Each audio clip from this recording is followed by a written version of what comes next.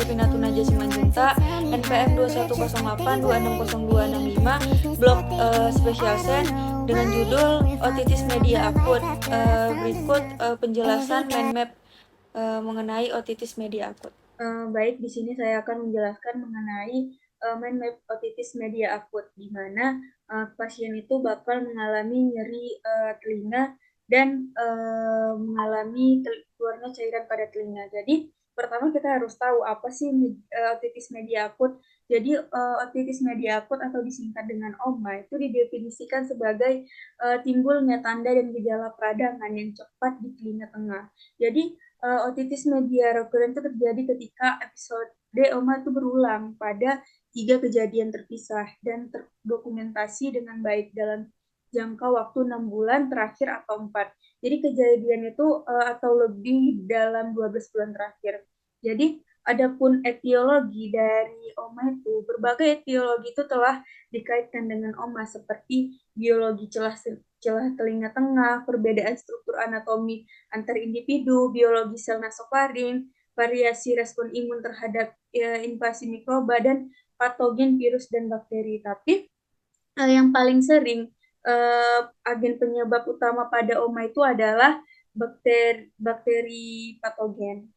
Klasifikasi pada OMA itu dibagi lagi, jadi ada oklusi, presupuratif, supuratif, dan perforasi. Jadi untuk membedakannya biasanya kita bedakan dari gejala pasien dan kita bedakan lagi berdasarkan pemeriksaan fisik otoskop. Jadi pertama di oklusi itu kita bakal pasien itu kita temukan dia akan mengalami gejala seperti telinganya itu akan terasa penuh, dan pada bagian otoskop itu membran timpani itu retraksi, dan pada presupuratif itu bakal dijumpai pasien itu bakal mengalami nyeri pada telinganya, dan otoskopinya itu biasanya jumpai membran timpaninya itu hiperemis.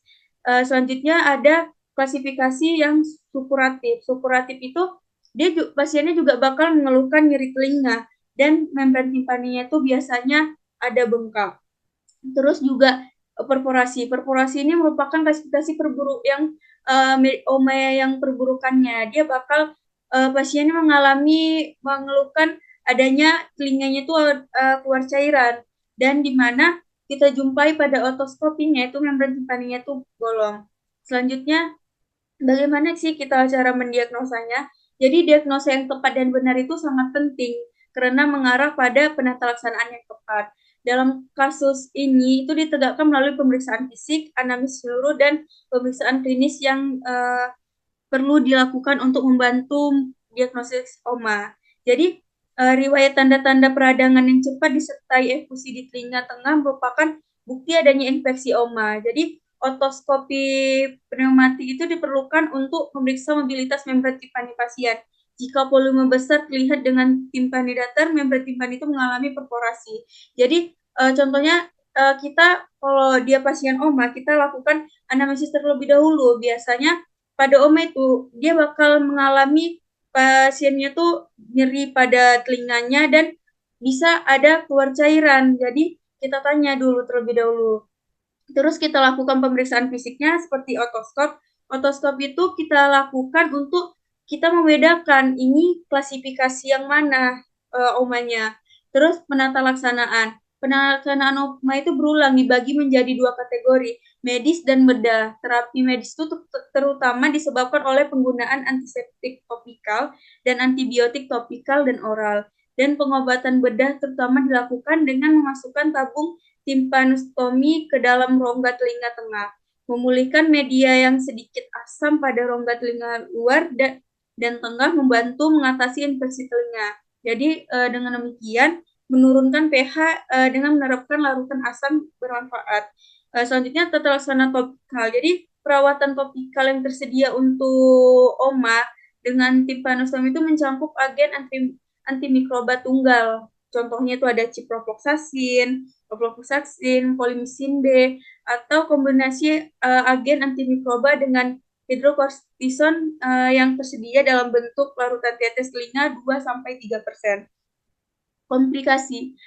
Komplikasi pada OMA ini bisa terjadi timpanosentesis dianggap sebagai operasi bedah yang aman. Namun kemanjuran dalam mengobati OMA masih terbatas dan kadang-kadang hanya dianggap sebagai tindakan diagnostik. Dan miringotomi itu mempunyai komplikasi yang terkait. Dia itu seperti barotrauma yang disebabkan oleh penggunaan pengobatan oksigen hiperbarik.